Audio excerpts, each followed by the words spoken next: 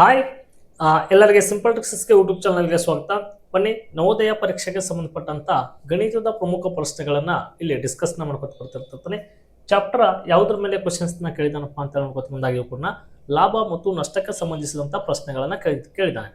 ಹಾಗಾದ್ರೆ ಲಾಭ ಮತ್ತು ನಷ್ಟಕ್ಕೆ ಸಂಬಂಧಿಸಿದಂತ ನೇರವಾದ ಪ್ರಶ್ನೆ ಮತ್ತು ಸುಲಭವಾದ ಪ್ರಶ್ನೆಗಳನ್ನ ಯಾವ ತರ ಕೇಳ್ತಾನೆ ಎಕ್ಸಾಮ್ಸ್ ನಲ್ಲಿ, ಈ ಆಧಾರದ ಮೇಲೆ ಈ ಕ್ವಶನ್ಸ್ ಗಳನ್ನ ಬಿಡಿಸಿ ಹಾಕ್ತಿರ್ತಾನೆ. ಈ ವಿಡಿಯೋನ ಏನಂತ ನೋಡ್ಕೊತ ಬರ್ರಿ. ಎಲ್ಲಾ ಪ್ರಶ್ನೆಗಳು ಸುಮಾರು ಒಂದಿಷ್ಟು ಕ್ವಶನ್ಸ್ಗಳಿದಾವೆ. ಎಲ್ಲಾ ಕ್ವಶನ್ಸ್ಗಳು ಸುಲಭವಾಗಿ ನಾನಿಲ್ಲಿ ಹೇಳ್ಕೊಟ್ಟು ಹೋಗ್ತಿರ್ತೀನಿ. ಫಸ್ಟ್ ಟೈಮ್ ಯಾರು ಚಾನಲ್ ನೋಡ್ತಿರ್ತಾರೆ ಚಾನಲ್ ಒಂದು ಸಬ್ಸ್ಕ್ರೈಬ್ ಮಾಡ್ಕೊಡ್ರಿ. ರೀಸೆಂಟ್ ಆಗಿ ಪ್ಲೇ ಲಿಸ್ಟ್ ಒಳಗಡೆ ಎಲ್ಲಾ ವಿಡಿಯೋಗಳು ಅಪ್ಲೋಡ್ ಆಗ್ತಿರ್ತವೆ. ಎಲ್ಲಾ ವಿಡಿಯೋಗಳನ್ನ ತಾವು ನೋಡ್ಕೊಡ್ರಿ. ಹಾಗಾದ್ರೆ ಫಸ್ಟ್ ಕ್ವಶನ್ಸ್ ಏನಿದೆಯಪ್ಪ ಅಂತ ನೋಡ್ಕೊತ ಬಂದಾಗ, ಒಬ್ಬ ಅಂಗಡಿಯವನು ಒಂದು ಡಜನ್ಗೆ ನೋಡ್ರಿ, ಒಬ್ಬ ಅಂಗಡಿಯವನು ಒಂದು ಡಜನ್ಗೆ ಅವ್ರು ಹೇಳ್ತಾ ಇದ್ದಾರೆ ಒಂದು ಡಜನ್ಗೆ ಹತ್ತರಂತೆ 2 ಡಜನ್ ಬ್ರಷ್ಗಳನ್ನು ಕೊಂಡುಕೊಂಡನು. ಅವನು ಒಂದು ಬ್ರಷ್ಗೆ 1 ರೂಪಾಯಿನಂತೆ ಮಾರಿದರೆ ಅವನಿಗೆ ದೊರೆಯುವ ಲಾಭ ಎಷ್ಟು ಅಂತ ಕ್ವಶನ್ಸ್ನ ಕೊಟ್ಟಾರ. ಹೌದಾ? ಒಂದು ಡಜನ್ಗೆ 10 ರೂಪಾಯಿ ಆಗ್ತ, ಒಂದು ಡಜನ್ ತಗೊಂಡ್ರೆ 10 ರೂಪಾಯಿ ಕೊಡ್ಬೇಕು. ಹಾಗಾದ್ರೆ ಅವ ತಗೊಂಡಿದ್ದು ಎಷ್ಟು ನೋಡ್ರಿ, 2 ಡಜನ್ ಬ್ರಷ್ಗಳನ್ನ ಕೊಂಡ್ಕೊಳ್ತಾನಂತ. ಒಂದು ಡಜನ್ಗೆ 10 ರೂಪಾಯಿ ಅಂದಾಗ 2 ಡಜನ್ಗೆ ಎಷ್ಟಾಗ್ತದೆ? 2 ಡಜನ್ಕ 1 ಡಜನ್ ಕತ್ತಂದ್ರೆ 2 ಡಜನ್ಕ 20 ರೂಪಾಯಿ ಆಗ್ತದೆ. ಎಷ್ಟು ರೂಪಾಯಿ ಆಗ್ತದ? 2 ಡಜನ್ಕ 20 ರೂಪಾಯಿ ಆಗ್ತದೆ. ಹೌದಾ? 2 ಡಜನ್ಕ 20 ರೂಪಾಯಿ. ಇನ್ನ ನಮ್ಗೆ ಎಡ್ಕಾತಾರವರು, ಅವನು ಒಂದು ಬ್ರಷ್ಗೆ 1 ರೂಪಾಯಿ ಅಂತ ಮಾರ್ತಾನಂತ. 2 ಡಜನ್ ಅಂದ್ರೆ 1 ಡಜನ್ ಅಂದ್ರೆ 12 ಇರ್ತಾವ್ರಿ. 1 ಡಜನ್ ಅಂದ್ರೆ ಎಷ್ಟು ಇರ್ತಾವ? 12 ಇರ್ತಾವ. 2 ಡಜನ್ ಅಂದ್ರೆ ಎಷ್ಟು ಇರ್ತಾವ? 24 ಇರ್ತಾವ. ಅಂದ್ರೆ 24 ಬ್ರಷ್ಗಳು ಇರ್ತಾವ. ಅಂದ್ರೆ 24 ಬ್ರಷ್ಗಳು ಇದಾವು. ಅವ ಎಷ್ಟು ರೂಪಾಯಿ ಕೊಟ್ಟಾನ ಅಂದಾಗಾಯ್ತು? 20 ರೂಪಾಯಿ ಕೊಟ್ಟಾನ. ಹಾಗಾದ್ರೆ ಅವ್ರು ಹೇಳ್ತಾರ, ಒಂದು ಬ್ರಷ್ಗೆ ಸಪ್ರೇಟ್ ತೆಗಿತಾನ. ನಾವೀಗ ಒಂದು ಬ್ರಷ್ಗೆ 1 ರೂಪಾಯಿನಂತ ಮಾರ್ತಾನ. ಹಾಗಾದ್ರೆ ತನಗೆ ಎಷ್ಟು ರೂಪಾಯಿ ಬರ್ತದ?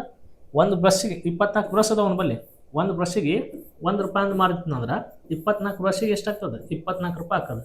ಅವ ತೊಗೊಂಬಂದಿದ್ದು ರೊಕ್ಕ ಎಷ್ಟಾಯ್ತು? ಈಗ 20 ರೂಪಾಯಿ ತೊಗೊಂಬಂದನ. 20 ರೂಪಾಯಿ ತೊಗೊಂಬಂದು 24 ರೂಪಾಯಿ ಆತನ ಬಲ್ಲಿ ಅಮೌಂಟ್ ಬರ್ತಾವೆ. ಹಾಗಾದ್ರೆ ಆತನಿಗೆ ಲಾಭ ಆಯ್ತು ನಷ್ಟ ಆಯ್ತು? ಲಾಭ ಅಂತೂ ಆಯ್ತು. ಎಷ್ಟು ರೂಪಾಯಿ ಲಾಭ ಆಯ್ತು? 20 ಇದ್ದಿದ್ದು 24 ಆಗ್ಯದಂದ್ರೆ 4 ರೂಪಾಯಿ ಲಾಭ ಆಯ್ತು.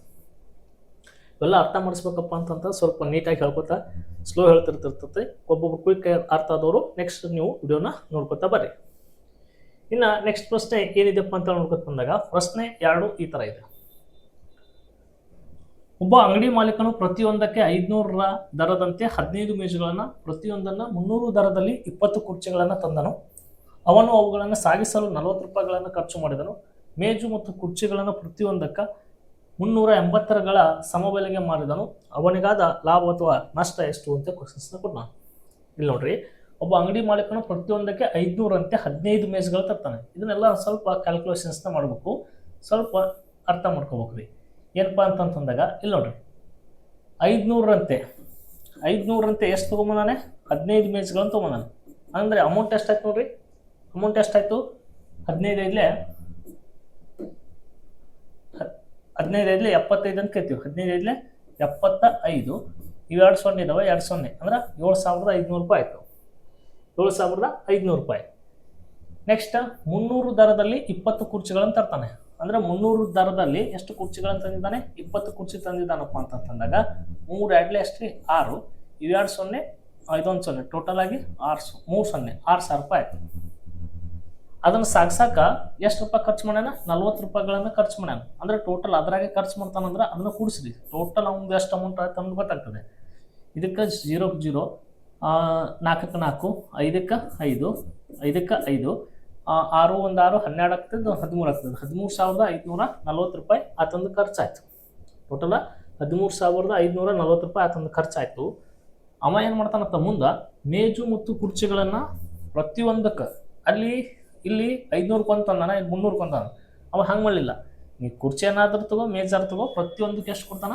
380 ರೂಪಾಯಿಗೊಂದು ಸಮಬೆಲೆಗೆ ಮಾರ್ತಾನ. ಅವನಿಗೆ ಆದ ಲಾಭ ಅಥವಾ ನಷ್ಟ ಎಷ್ಟು ಅಂತ ಕ್ವಶನ್ಸ್ ಕೇಳ. ಇಲ್ಲಿ ನೋಡ್ರಿ, ಟೋಟಲ್ ಅವ ತೆಗೆದುಕೊಂಬಂದಿದ್ದು ಎಷ್ಟಾಯ್ತು ನೋಡ್ರಿ. ಅವ ತೆಗೆದುಕೊಂಬಂದಿದ್ದು ಎಷ್ಟು ಕುರ್ಚಿ ತಂದಾನ? ಎಷ್ಟು ಮೇಜ್ ತಂದಾನ? 15 ಮೇಜ್ ತಂದಾನ, 20 ಕುರ್ಚಿ ತಂದಾನ. 15 ಮೇಜ್ 20 ಕುರ್ಚಿ ಅಂದ್ರೆ ಟೋಟಲ್ ಎಷ್ಟಾಗ್ತದೆ? 2 ಕೂಡಿಸಿದ್ರೆ 35 ಆಗ್ತದೆ. 35 ಆಗ್ತದೆ. 35 ಇಂಟು ಎಷ್ಟು ಮಾಡ್ಬೇಕು? ಈಗ 380 ಮಾಡ್ಬೇಕು. 380ನ ಮಾಡ್ಬೇಕು. ಹೌದಾ? 380ನ ಮಾಡ್ರಿ. ಒಂದು ವೇಳೆ ಇಲ್ಲಿ 0 ಇಲ್ಲ ಅಂತ ತಿಳ್ಕೊಡ್ರಿ. ಕೇಳಕ್ಕೆ ಬರೀ 35 ಅಂತ ತಿಳ್ಕೊಳ್ರಿ. 35ರಲ್ಲೇ ಮಲ್ಟಿಪ್ಲಿಕೇಶನ್ಸ್ ಮಾಡಿರಿ. 5 ಅಂತಲೇ ಎಷ್ಟು ರೀ 40, 5 8 40, 5 ಮೂರಲೆ 15, 15 1 4 19, ಒಂದು ಕೈಲ ಕೊಟ್ಕೋಬೇಕು. ನೆಕ್ಸ್ಟ್ 3 8 24, ಎರಡನ್ನ ಹೊರಗಡೆ ಕ್ಯಾರಿ ಇಟ್ಕೊಡ್ರಿ. ನೆಕ್ಸ್ಟ್ 3 ಮೂರಲೆ 9, 9 ಇದು 1 2 ಕೂಡಿಸಿ ಎಷ್ಟಪ್ಪ ಅಂತಂದಾಗ 10 11 ಆಗ್ತದೆ, 11. ಓಕೆ, 0 0 9 1 4 ಎಷ್ಟಪ್ಪ ಅಂತಂದಾಗ 13 ಆಗ್ತದೆ. ನೆಕ್ಸ್ಟ್ 1 2 3 ಇಲ್ಲಿ 3 ಆಗ್ತದೆ, ಒಂದಕ್ಕೊಂದು ಇಲ್ಲೊಂದು 0 ಇದೆಯಲ್ಲ ಲಾಸ್ಟಿಗೆ, ಆ 0ಯನ್ನು ಕೊಟ್ಕೊಂಡ್ಬಿಡ್ರಿ. ಹಾಗಾದರೆ 13,300 ರೂಪಾಯಿ ಆಯಿತು. 13,300 ಆಯಿತು. ಟೋಟಲ್ ಅವ ಖರ್ಚು ಮಾಡಿದ್ದು ಎಷ್ಟಕ್ಕೆ? 13,540 ರೂಪಾಯಿ ಖರ್ಚು ಮಾಡ್ಯಾನ. ಆತನ ಬಂದಿದ್ದೆಷ್ಟೀಗ? 13,300 ರೂಪಾಯಿ ಬಂತು. ಹಾಗಾದ್ರೆ ಆತನಿಗೆ ಲಾಭ ಆಯಿತು ನಷ್ಟ ಆಯಿತು ಅಂತ ಕ್ವಶನ್ಸ್ ಕೇಳಿದಾಗ ಅದರ ಕಳೀರಿ. 13,540ರಾಗ ಈ 13,300 ರೂಪಾಯಿನ ಕಳೀರಿ. 13,300 ರೂಪಾಯಿನ ತೆಗೆದುಬೇಕು. 0 0 4 4 5 3 ಕಳೆದ್ರೆ ಎಷ್ಟಪ್ಪ ಅಂತಂದ್ರೆ 2 0 0 240 ರೂಪಾಯಿ. ಹಾಗಾದರೆ 13,540 ರೂಪಾಯಿ ಖರ್ಚು ಮಾಡಿ ಬರೀ 13,300ಕ್ಕೆ ಮಾರ್ತಾನಂದ್ರೆ ಆತನಿಗೆ ನಷ್ಟ ಆಯಿತು. ಹಾಗಾದರೆ ಎಷ್ಟಪ್ಪ ನಷ್ಟ ಆಯಿತು? ಲಾಭ ಆಯಿತು ನಷ್ಟ ಆಯಿತು ಅಂದಾಗ 240 ರೂಪಾಯಿ ಆತನಿಗೆ ನಷ್ಟ ಆಗ್ತದೆ. ಓಕೆ, ಈ ಪ್ರಶ್ನೆಯನ್ನು ನೀವು ಈ ಥರ ಅರ್ಥ ಮಾಡಿಕೊಂಡು ಬಿಡಿಸ್ಕೊತಾ ಬರಬೇಕು. ಇದು ಸೆಕೆಂಡ್ ಪ್ರಶ್ನೆ ಆಗಿದೆ. ಇನ್ನು ನೆಕ್ಸ್ಟ್ ಪ್ರಶ್ನೆ ಈ ಥರ ಇದೆ. ಅಂಗಡಿಯವನು ಒಂದು ಸೀರೆಯನ್ನು ನೋಡ್ರಿ, ಅಂಗಡಿಯವನು ಒಂದು ಸೀರೆಯನ್ನು 250 ರೂಪಾಯಿಗೆ ಮಾರಿದನು. ಅವನಿಗೆ 20 ರೂಪಾಯಿ ನಷ್ಟ ಆಯಿತು. ಹಾಗಾದ್ರೆ ಕೊಂಡ ಬೆಲೆ ಎಷ್ಟು ಅಂತ ಕ್ವಶನ್ಸ್ ಕೊಟ್ಟಾನ. ನೋಡ್ರಿ, 250ಕ್ಕೆ ಮಾರುವುದರಿಂದ ಅವನಿಗೆ ಎಷ್ಟು ರೂಪಾಯಿ ನಷ್ಟ ಆಗ್ತದೆ? 20 ರೂಪಾಯಿ ನಷ್ಟ ಆಗ್ತದೆ. ಹಾಗಾದ್ರೆ ಅದನ್ನು ಕೊಂಡಿದ್ದು ಎಷ್ಟಕ್ಕವ? ಈಗ 250 ರೂಪಾಯಿಗೆ ತೆಗೆದುಕೊಂಡಾನಂದಾಗ 20 ರೂಪಾಯಿ ನಷ್ಟ ಮಾಡ್ಕೊ ಹೋಗ್ತಾನೆ. ನಷ್ಟ ಅನ್ನೋದ್ರೆ ಜಾಸ್ತಿ ಹೋಗ್ಬೇಕು. ನಷ್ಟ ಅಂದಾಗ ಇಲ್ಲಿ ಏನು ಮಾಡ್ಬೇಕು? ಕೂಡಿಸ್ಬೇಕು, ಅಪೋಸಿಟ್ ಮಾಡ್ಬೇಕು. ಇಲ್ಲಿ ಮಾರಿದ ಬೆಲೆ ಕೊಂಡ ಬೆಲೆ ಕೈಂದಪ್ಪ ಅಂದಾಗ ಕೂಡಿಸಿ ಬಿಡ್ಬೇಕು. ಎಷ್ಟು ರೂಪಾಯಿ? 20 ರೂಪಾಯಿ ಕೂಡಿಸ್ಬೇಕು. ಅದಕ್ಕೆ ಸರ್ ನಷ್ಟ ಆಯ್ತಲ್ರಿ, ಇದಕ್ಕೆ 250ರಾಗ 20 ರೂಪಾಯಿ ತೆಗೆದು 230 ಅಂತ ಹೇಳ್ಬಿಡ್ತಾರೆ. ಕೊಂಡ ಬೆಲೆ ನೋಡ್ರಿ, ಒಬ್ಬ ಸೀರೆಯನ್ನು 250ಕ್ಕೆ ಮಾರ್ತಾನ ಅನ್ನೋದಾದ್ರೆ 230ಕ್ಕೆ ತೆಗೆದುಕೊಂಡಿದ್ದಂದ್ರೆ 250ಕ್ಕೆ ಮಾರಿದಾನಂದ್ರೆ ಅವ್ನು ಲಾಭ ಆಕಿತ್ತು. ಅವ್ರು ಕೇಳಿದ್ದೇನು? ಹಾಗಾದರೆ ಆತನಿಗೆ 20 ರೂಪಾಯಿ ನಷ್ಟ ಆಗ್ಯದ ಅಂತ ಹೇಳ್ಯಾರ. ಅಂಗಡಿಯವನು ಒಂದು ಸೀರೆ 250ಕ್ಕೆ ಈಗ ಆಲ್ರೆಡಿ ಮಾರಿಬಿಟ್ಟಾನ. 250ಕ್ಕೆ ಮಾರಿದ್ರು ಕೂಡ ಆತನಿಗೆ ಎಷ್ಟು ರೂಪಾಯಿ ನಷ್ಟ ಆಯಿತು? 20 ರೂಪಾಯಿ ನಷ್ಟ ಆಯಿತು. ಆ 20 ರೂಪಾಯಿ ನಷ್ಟನೇ ಇದಕ್ಕೆ ನೀವು ಕೂಡಿಸ್ಕೊಂಡ್ಬಿಡ್ಬೇಕು. ಈಗ 0 0 5 2 7 7 2ಕ್ಕೆ 2 270 ರೂಪಾಯಿ ಖಾತ ತೆಗೆದುಕೊಂಡಿದ್ದಾನೆ ಅನ್ನಂಗಾಯ್ತು. ನೋಡ್ರಿ, ಈಗ ಇದನ್ನೇ ಕ್ಲಾರಿಫಿಕೇಶನ್ಸ್ನ ಕೊಡ್ತೀನಿ ನೋಡ್ರಿ. 270ಕ್ಕೆ ತೆಗೆದುಕೊಂಡಾನಂತ ಕೊಡ್ರಿ, 250ಕ್ಕೆ ಮಾರಿಬಿಟ್ಟ, 270ಕ್ಕೆ ತೊಗೊಂಡಾನ, 250ಕ್ಕೆ ಮಾರ್ತಾನತ್ತ, ಮತ್ತು 20 ರೂಪಾಯಿ ನಷ್ಟ ಆಗ್ಬಿಡ್ತಿಲ್ಲ. 20 ರೂಪಾಯಿ ನಷ್ಟ ಆಯ್ತಾ? ಹಾಗಾದರೆ ಅದೇ ಕ್ವಶನ್ಸ್ ಅವ್ರು ಈ ಥರ ಕೊಟ್ಟಾರ, ನಾವು ಇದಕ್ಕೆ ಆನ್ಸರ್ನ ಈ ಥರ ಮಾಡಬೇಕು. ಹಾಗಾದರೆ ಅದ್ರ ಕೊಂಡ ಬೆಲೆ ಏನಾಗಿರ್ತದಪ್ಪ ಅಂತಂದಾಗ 270 ರೂಪಾಯಿ ಆಗಿರ್ತದೆ. ಪ್ರಶ್ನೆ ಅರ್ಥ ಆಗ್ತದಪ್ಪ ಅಂತಂದಾಗ ಪ್ಲೀಸ್ ನಾವು ಚಾನಲ್ನ ಸಬ್ಸ್ಕ್ರೈಬ್ ಮಾಡಿಕೊಡ್ರಿ. ಥರ ಸಾಕಷ್ಟು ಪ್ರಶ್ನೆಗಳನ್ನು ನಾನು ಬಿಡಿಸಿ ಹಾಕ್ತಾ ಇದ್ದೀನಿ. ಒಂದು ವಸ್ತುವಿನ ಕೊಂಡ ಬೆಲೆ ಇಲ್ಲಿ ನೋಡ್ರಿ, ಮತ್ತೆ ಒಂದು ಕ್ವಶನ್ಸ್ನ ಕೊಟ್ಟಿದ್ದಾನೆ. ಒಂದು ವಸ್ತುವಿನ ಕೊಂಡ ಬೆಲೆ ಎಷ್ಟೈತಿ? 210 ರೂಪಾಯಿ ಆಯ್ತು. ಕೊಂಡಿದ್ದೆಷ್ಟಕ್ಕಮ್ಮ? 210 ರೂಪಾಯಿ. ಲಾಭ ಬಂದಿದ್ದೆಷ್ಟು? 39ಗಳಾದರೆ ಆ ವಸ್ತುವಿನ ಮಾರಿದ ಬೆಲೆ ಎಷ್ಟತ್ತ? ಅವ ತೆಗೆದುಕೊಂಬಂದಿದ್ದೆ 210ಕ್ಕೆ. ಹಾಗಾದರೆ ಲಾಭ ಬಂದಿದ್ದೆಷ್ಟು? ಅವಂಗೆ 39 ರೂಪಾಯಿ ಲಾಭ ಬಂದೈತಿ. ಹಾಗಾದ್ರೆ ಮಾರಿದ ಬೆಲೆ ಏನಾಗಿರ್ತದೆ? 39 ರೂಪಾಯಿ ಲಾಭ ಬಂದದಪ್ಪ ಅಂತಂದಾಗ ಅದನ್ನು ಮತ್ತೆ ಕೂಡಿಸ್ಬಿಡ್ಬೇಕು. ಅದಕ್ಕೆ ಎಷ್ಟಪ್ಪ ಅಂತಂದಾಗ 210 ರೂಪಾಯಿಗೆ ಲಾಭನ ಕೂಡಿಸ್ಬಿಡ್ರಿ. ಲಾಭ ಎಷ್ಟು? 39 ರೂಪಾಯಿ ಕೂಡಿಸ್ರಿ. 9 9 3 1 4 2ಕ್ಕೆ 2 249ಕ್ಕೆ ಆತ ಮಾರಿರ್ತಾನೆ. ಹಾಗಾದ್ರೆ 249ಕ್ಕೆ ಆತ ಮಾರುವುದರಿಂದ ಆತನಿಗೆ ಏನಾಗ್ತದೆ? 39 ರೂಪಾಯಿ ಲಾಭ ಆಗ್ತದೆ. ಹಾಗಾದರೆ ಅವ ಎಷ್ಟಕ್ಕೆ ಕೊಂಡಿದ್ದಾನೆ? 210 ರೂಪಾಯಿ ಕೊಂಡು 249ಕ್ಕೆ ಮಾರ್ತಾನಂತಾದ್ರೆ 39 ರೂಪಾಯಿ ಆತನಿಗೆ ಲಾಭ ಆಗ್ತದೆ. ಹೀಗಾಗಿ ಆಪ್ಷನ್ ಸಿ ಇದಕ್ಕೆ ಸರಿ ಉತ್ತರ ಆಗ್ತದೆ. ಏನಿಲ್ಲ, ಸ್ವಲ್ಪ ವಿಚಾರ ಮಾಡ್ಬೇಕಷ್ಟೇ. ವಿಚಾರ ಮಾಡಿದ್ರೆ ಸಾಕು, ಆನ್ಸರ್ಸ್ಗಳು ಈಸಿಯಾಗಿ ಇವು ನಮ್ಗೆ ಗೊತ್ತಾಗ್ತಾವೆ. ಕ್ಲಿಯರ್? ನೆಕ್ಸ್ಟ್ ಪ್ರಶ್ನೆ ಯಾವ ಥರ ಇದೆ ನೋಡ್ರಿ. 4 ನೋಟ್ ಪುಸ್ತಕಗಳನ್ನು 32ಕ್ಕೆ ಕೊಂಡು ಪ್ರತಿ ನೋಟ್ ಪುಸ್ತಕವನ್ನು 10ರಂತೆ ಮಾರಾಟ ಮಾಡಿದರೆ ಬರುವ ಲಾಭ ಎಷ್ಟು ಅಂತ ಕ್ವಶನ್ಸ್ ಇದೆ ನೋಡ್ರಿ. 4 ಪುಸ್ತಕಕ್ಕೆ ಎಷ್ಟು ರೂಪಾಯಿ ಕೊಟ್ಟ? ನಾವು 4 ಪುಸ್ತಕಗಳನ್ನು 32ಕ್ಕೆ ಕೊಂಡಿದ್ದಾನೆ. 4 ಪುಸ್ತಕಗಳನ್ನ 32ಕ್ಕೆ ಕೊಂಡುಕೊಂಡಿದ್ದಾನೆ. ಪ್ರತಿ ನೋಟ್ ಪುಸ್ತಕ ಅಂದ್ರೆ ಇದೇ 4 ಪುಸ್ತಕಗಳನ್ನು 10ರಂತೆ ಮಾಡಿದ್ನಂದ್ರೆ 4 ಇಂಟು 10 ಅಂತಂದಾಗ 40 ರೂಪಾಯಿಗೆ ಮಾರ್ಬೇಕು ಅವನು.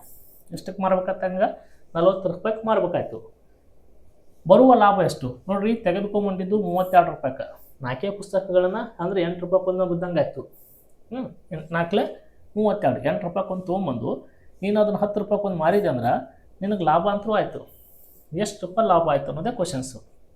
ಹಾಗಾದರೆ ಎಷ್ಟು ರೂಪಾಯಿ ಲಾಭ ಆಯ್ತು? 32 ಇದ್ದಿದ್ದು ಹೋಗಿ 40 ಆಗ್ಯದಪ್ಪ ಅಂತಂದಾಗ 8 ರೂಪಾಯಿ ಲಾಭ ಆಯಿತು.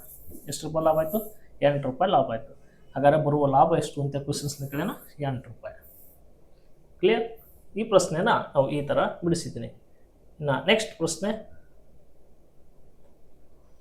ಒಂದು ಸೈಕಲನ್ನು 2650ಕ್ಕೆ ಕೊಂಡು 200 ನಷ್ಟಕ್ಕೆ ಮಾರಿದ್ರೆ ಮಾರಿದ ಬೆಲೆ ಎಷ್ಟು ಅಂತ ಕ್ವಶನ್ಸ್ನ ಕೊಟ್ಟಾನ. ನೋಡಿ, ಕ್ವಶನ್ಸ್ ಫಸ್ಟ್ ಓದ್ಕೊಳ್ಳೇ ಅರ್ಥ ಆಗಂಗಿಲ್ಲ, ಅದನ್ನು ಬಿಡಿಸ್ಕೋಬೇಕಷ್ಟೇ. ಒಂದು ಸೈಕಲನ್ನು ಎಷ್ಟಕ್ಕಪ್ಪ ಅಂತಂದಾಗ 2650ಕ್ಕೆ ಅದನ್ನು ತೆಗೆದುಕೊಂಡು 200 ನಷ್ಟಕ್ಕೆ ಮಾರ್ತಾನತ್ತೆ. 200 ರೂಪಾಯಿ ಲಾಸ್ ಅನ್ಕೋತಾನ. ಇದಂತೂ 2650 ರೂಪಾಯಿ ಅವ ತೊಗೊಂಬಂದಿದ್ದು 200 ರೂಪಾಯಿ ಆತನಿಗೆ ಲಾಸ್ ಹಾಕದ. ಅವ ಎಷ್ಟಕ್ಕೆ ಮಾರಿದ ಅನ್ನೋದಕ್ಕೆ ಆ 250 ರೂಪಾಯಿ ನಷ್ಟ ಆಯ್ತಲ್ಲ, ಆ ನಷ್ಟನ ಇದ್ರ ತೆಗೆದುಬಿಡ್ರಿ, ಮೈನಸ್ ಮಾಡಿಬಿಡ್ರಿ. ಅವ ಎಷ್ಟಕ್ಕೆ ಮಾರ ಅನ್ನೋದು ಸಿಕ್ಬಿಡ್ತದೆ. 0ಕ್ಕೆ 0, 5ಕ್ಕೆ 5, 6 2 ಕಳೀರಿ, ಎಷ್ಟಪ್ಪ ಅಂದ್ರೆ 4, 2ಕ್ಕೆ 2, 2450 ರೂಪಾಯಿಗೆ ಮಾರ್ಬೇಕಾಗ್ತಾವ. ನೋಡ್ರಿ, 2650 ರೂಪಾಯಿಗೆ ತೆಗೆದುಕೊಂಡಾನ, 200 ರೂಪಾಯಿ ಲಾಸ್ ಹಾಕೋದಂದ್ರೆ ಆಟೋಮೆಟಿಕ್ 2450 ರೂಪಾಯಿಗೆ ಅವು ಮಾರಬೇಕು.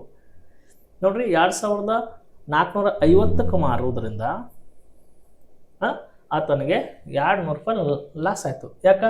2650 ಅವ್ನು ತೊಗೊಂಡು ಬಂದಿದ್ದು ರೊಕ್ಕನೇ ಅವ್ನು ಹೊಳ್ಳಿ 2650 ಬರ್ಬೇಕಂದ್ರೆ ಇನ್ನು 200 ರೂಪಾಯಿ ಕಡಿಮೆ ಬೀಳಾತೈತಿ.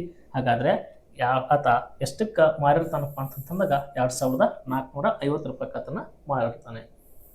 ಇವೆಲ್ಲ ಬೇಸಿಕ್ಸ್ ಲೆವೆಲ್ ಕ್ವಶನ್ಸ್ಗಳು.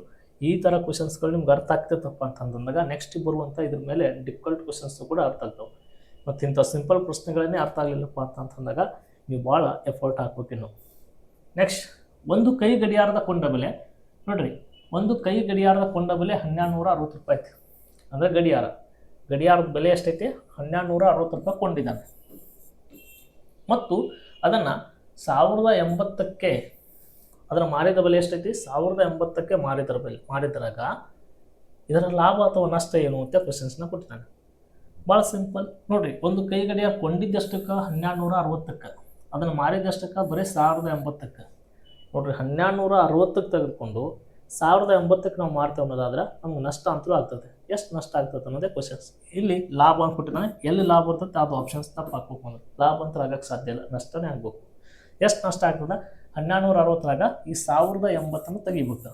ಎಷ್ಟು ನಷ್ಟ ಆಗ್ತದೆ ಅನ್ನೋದು ಗೊತ್ತಾಗ್ತದೆ. 0ಕ್ಕೆ 0, ಮ್ಯಾಲೆ ಸಣ್ಣ ಸಂಖ್ಯೆ ಅಂತಂದ್ರೆ ಕೆಳಗಡೆ ದೊಡ್ಡ ಸಂಖ್ಯೆ ಅಂತಂದ್ರೆ ಇದೊಂದು ಕೆಲ ಕೊಡ್ಬೇಕು. ಇದನ್ನು 16 ಮಾಡ್ಕೋಬೇಕು. 16 8 ಕಳೆದ್ರೆ 8, 2ರಾಗ ಇಲ್ಲಿ 1 ಕಳೆದ್ರೆ 1, 1ರಾಗ 1 ಹೋದ್ರೆ 0, 180. ಹಾಗಾದರೆ 180 ಇದು ಏನಾಗ್ತದಪ್ಪ ಅಂತಂದ್ರೆ ಆತನಿಗೆ ನಷ್ಟ ಆಗ್ತದೆ. ಕ್ಲಿಯರ್? ಆಪ್ಷನ್ಸ್ ಬಿ ಇದಕ್ಕೆ ಸರಿ ಉತ್ತರ ಆಗ್ತದೆ. ನೆಕ್ಸ್ಟ್ ಪ್ರಶ್ನೆ ನೋಡ್ರಿ, ಇಲ್ಲೊಂದು ಪ್ರಶ್ನೆ ಕೊಟ್ಟಿದ್ದಾನೆ. ಏನಪ್ಪ ಅಂದಾಗ ಗೋವಿಂದನು ಒಂದು ಹಳೆಯ ಟಿವಿಯನ್ನು 4200ಕ್ಕೆ ಕೊಂಡು ಅದರ ರಿಪೇರಿಗಾಗಿ 800 ರೂಪಾಯಿಗಳನ್ನು ಖರ್ಚು ಮಾಡ್ತಾನೆ. 800 ರೂಪಾಯಿಯನ್ನು ಖರ್ಚು ಮಾಡಿದನು.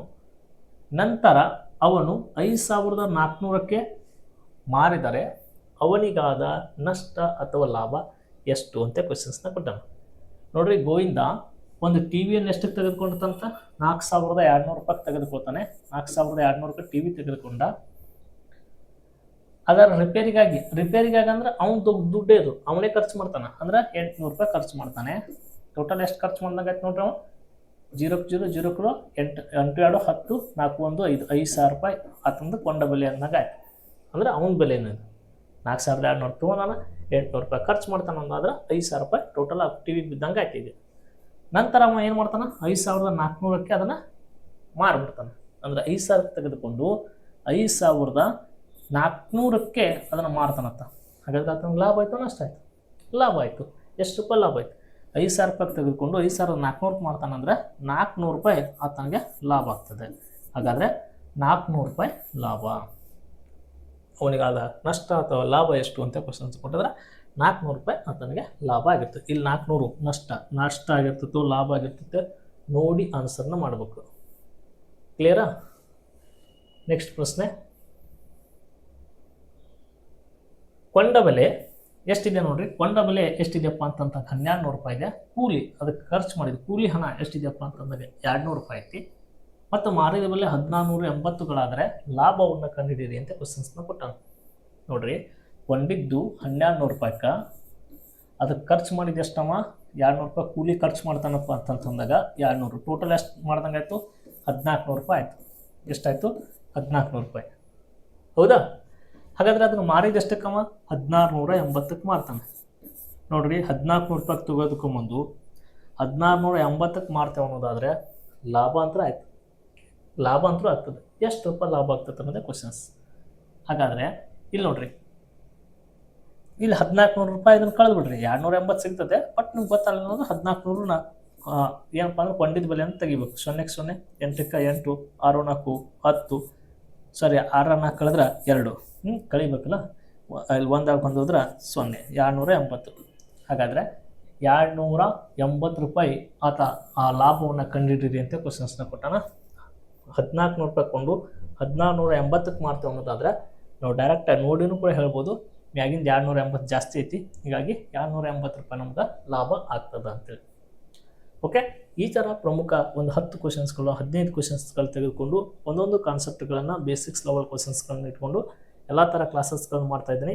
ನೀವು ಮಾಡಬೇಕಾಗಿದೆ ಅಷ್ಟೇ, ಚಾನಲ್ನ ಸಬ್ಸ್ಕ್ರೈಬ್ ಮಾಡಿಕೊಡ್ರಿ. ಎಲ್ಲ ಫ್ರೀ ಕ್ಲಾಸಸ್ಗಳು ಇರ್ತಿತ್ತು.